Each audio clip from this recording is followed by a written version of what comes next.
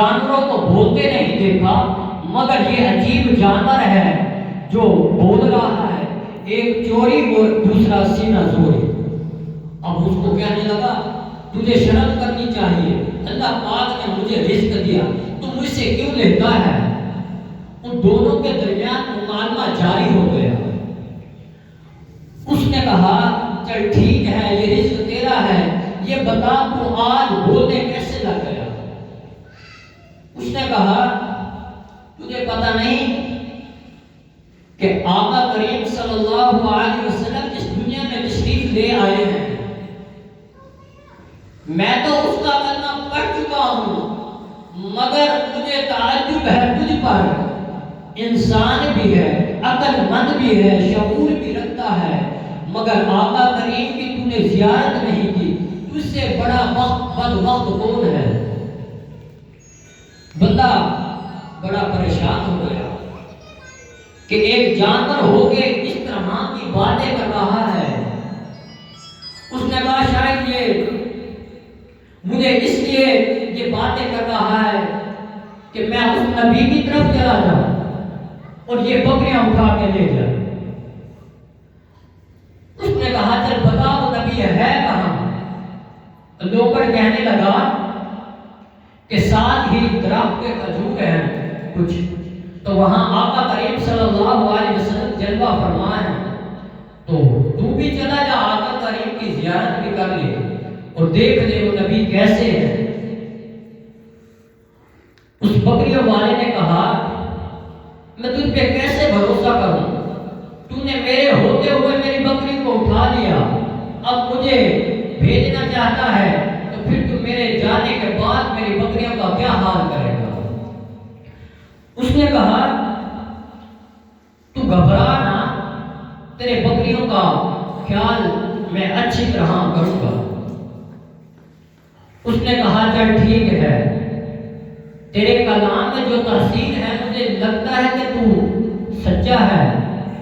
اب وہ شخص آقا کریم کی زیارت کرنے کے لیے چلا گیا، وہ جو بھیڑیا تھا وہ وہی بکریوں کا خیال کرنے لگا۔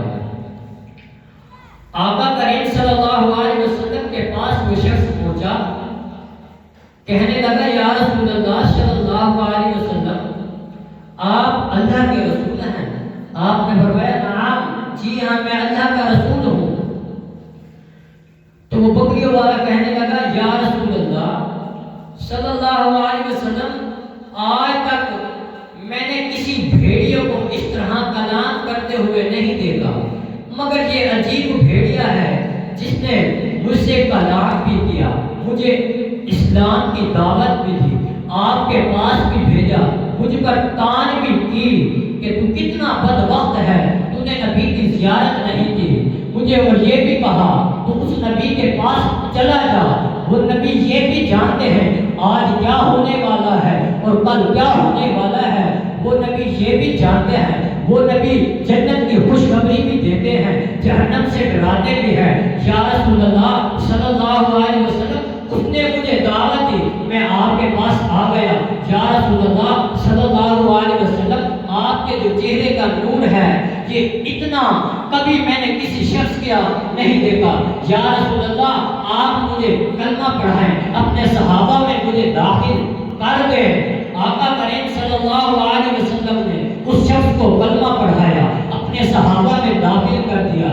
جب آقا کریم صلی اللہ علیہ وسلم نے اپنے صحابہ میں داخل کر دیا، کہنے لگا یا رسول اللہ صلی اللہ علیہ وسلم میری ایک عرض ہے۔ آقا کریم صلی اللہ علیہ وسلم نے فرمایا بتا تیری کیا عرض ہے؟ کہنے لگا یا رسول اللہ صلی اللہ علیہ وسلم اس وقت میں ایمان نہیں لایا تھا، مگر مجھے ایک بھیڑیا نے آپ کی طرف بھیجا۔ یا رسول اللہ اب میں آپ کے پاس آ گیا، آپ کا کلمہ بھی پڑھ لیا۔ یا رسول اللہ اب آپ کے بغیر میرا گزارا نہیں۔ یا رسول اللہ وہ بکریاں وہی رہیں، وہ بھیڑیا جانے بکریاں جانے، یا رسول اللہ میں واپس نہیں جانا چاہتا۔ آقا کریم صلی اللہ علیہ وسلم نے فرمایا اے میرے صحابہ اب میری شفقت تمہارے ساتھ ہے، کیوں تم میرے صحابہ میں داخل ہو چکے ہو، تم جاؤ، اب تمہارے بکریوں میں اور بھی اضافہ ہو چکا ہوگا۔ اب بندہ واپس گیا، دیکھا بھیڑیا ویسے وہیں کھڑا ہے، بکریوں کی حفاظت کر رہا ہے، کسی جانور کو بکریوں کے پاس نہیں آنے دیتا۔ قربان جائیے اس بھیڑیا پر جو کہتا ہے آقا یہ بھی جانتے ہیں کل کیا ہونے والا ہے اور آج کیا ہونے والا ہے۔ آج کے لوگ پوچھتے ہیں کہ آقا کو آج کی خبر نہیں، کل کی خبر نہیں۔ ان لوگوں کو اس بھیڑیا سے سیکھنا چاہیے۔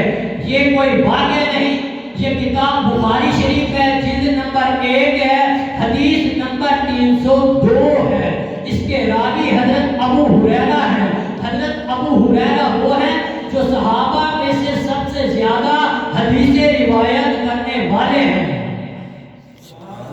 وہ بھیڑیا کس طرح اس نے ایک بندے کو مسلمان کر دیا، بندہ یہودی تھا، آقا کریم صلی اللہ علیہ وسلم کے دین کی دعوت دی اور یہ بھی کہا آقا جانتے ہیں غیب، اور آج کے لوگ کہیں آقا غیب نہیں جانتے تو میں کہوں گا آج کے لوگوں سے وہ بھیڑیا زیادہ سمجھدار اور خوش قسمت ہے۔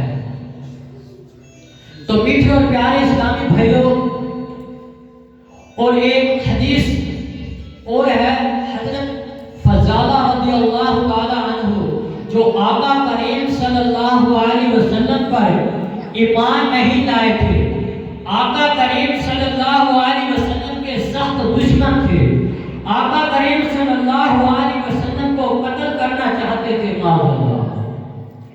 تو اپنے گھر سے ایک دن نکلا کہ میں آ جاؤں آقا کریم صلی اللہ علیہ وسلم کو قتل کروں۔ تو وہ گھر سے نکلا، ڈھونڈا ڈھونڈا مکہ پاک میں آیا۔ آقا کریم صلی اللہ علیہ وسلم مکہ کا طواف فرما رہے تھے اور وہ شخص بھی آپ کے ساتھ آ گیا۔ آقا کریم صلی اللہ علیہ وسلم جان رہے تھے کہ یہ بدبخت کس مقصد کے لیے ہے۔ آقا کریم صلی اللہ علیہ وسلم نے سوالت طور پہ یہ کہا اے فضالہ کیا کرنے آئے ہو؟ کہنے لگا یا رسول اللہ صلی اللہ علیہ وسلم میں تو کچھ کرنے نہیں آیا، میں تو صرف اپنے رب کی عبادت کرنے آیا ہوں جیسے آپ کرنے آئے ہیں۔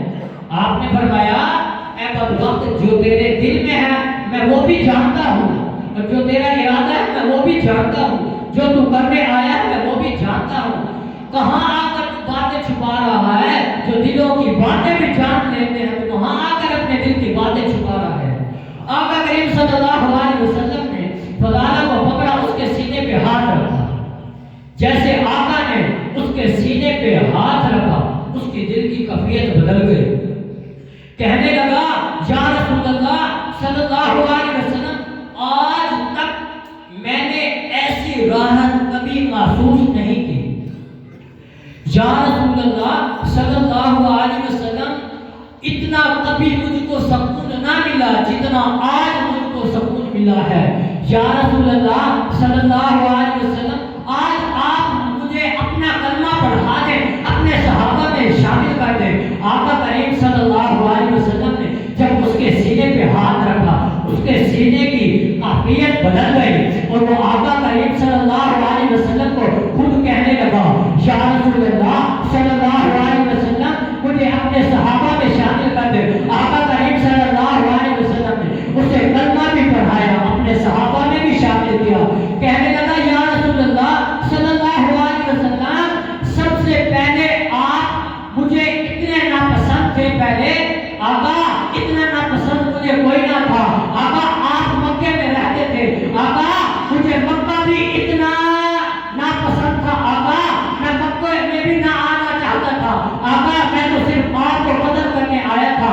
یا رسول اللہ صلی اللہ علیہ وسلم مجھے لوگوں نے آپ کے بارے میں بھڑکایا تھا۔ یا رسول اللہ قربان جاؤں آپ پر، کس قدر آپ مہربان ہیں۔ یا رسول اللہ آپ کا احسان ہے، آپ نے مجھ بدبخت کو کلمہ پڑھایا، اپنے صحابہ میں شامل کر دیا۔ جب آقا کریم صلی اللہ علیہ وسلم نے اسے صحابہ میں شامل کر دیا، اب ہمیں حق نہیں کہ ان کو کوئی بات کرے، ان کے بارے میں کوئی بکواس کرے، کیونکہ رسول اللہ کے صحابہ ہیں۔ اسلام کا ایک قاعدہ ہے جو کوئی گناہ کرتا رہے، جو کچھ مرضی کرے، مگر جب وہ اسلام لایا، کلمہ پڑھ لیا تو اس کے پہلے گناہ اس پر ایک میں اور حدیث پاک بیان کرتا ہوں۔ نبی کریم صلی اللہ علیہ وسلم نے فرمایا کہ اللہ پاک قاتل کو بھی جنت میں داخل کرے گا، مقتول کو بھی جنت میں داخل کرے گا۔ صحابہ کرام پریشان ہو گئے، یا رسول اللہ صلی اللہ علیہ وسلم یہ تو ہونا چاہیے کہ جو قتل کیا گئے وہ تو جنت میں جائے، یا رسول اللہ عجیب معاملہ ہے، جس نے قتل کیا وہ بھی جنت میں، جو قتل کیا گیا وہ بھی جنت میں۔ آقا کریم صلی اللہ علیہ وسلم نے فرمایا اے صحابہ بالکل ایسے ہی ہے، جو قتل کیا گیا وہ بھی جنت میں جائے گا، جس نے قتل کیا وہ بھی جنت میں جائے گا۔ آقا کریم صلی اللہ علیہ وسلم نے مثال دی، آقا کریم صلی اللہ علیہ وسلم نے فرمایا ایک شخص ہے مسلمان، ایک ہے کافر، دونوں جہاد کرنے لگے آپس میں، کافر نے مسلمان کو شہید کر دیا، وہ شہید والا رتبہ پا کے جنت میں چلا گیا، جس نے قتل کیا وہ کافر ہے، جب اس نے قتل کر لیا سوچنے لگا کہ میں نے بہت ہی غلط کیا، سب لوگ آقا کا کلمہ پڑھ چکے ہیں لہذا مجھے بھی چاہیے آقا کریم کا میں بھی کلمہ پڑھ لوں اور آقا کریم کے صحابہ میں داخل ہو جاؤں۔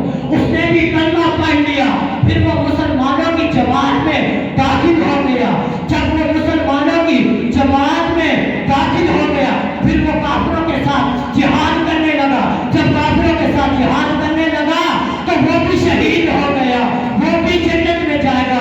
آقا نے فرمایا میرے صحابہ یہ مثال ہے، جب اس نے کلمہ پڑھ لیا اس کے گناہ معاف کر دیے گئے ہیں، تب یہ بھی جنت میں چلا گیا۔ تو میٹھے اور پیارے اسلامی بھائیوں، آقا کریم صلی اللہ علیہ وسلم نے فرمایا اے ایمان والو تم سب سے بہتر امت ہو۔ سورۃ آل عمران نے فرمایا کہ میں نے آقا کریم صلی اللہ علیہ وسلم کو بھی سب سے افضل بنایا اور آقا کریم صلی اللہ علیہ وسلم کی امت کو بھی سب سے افضل بنایا۔ اب افضل بنایا کس طرح تو ہم یہ بھی انشاءاللہ سنیں گے، توجہ سے بیٹھے گا۔ جب اللہ پاک نے یہ آیت نازل کی کہ اے ایمان والو میں نے تمہیں سب سے بہتر امت بنایا، تو جب یہ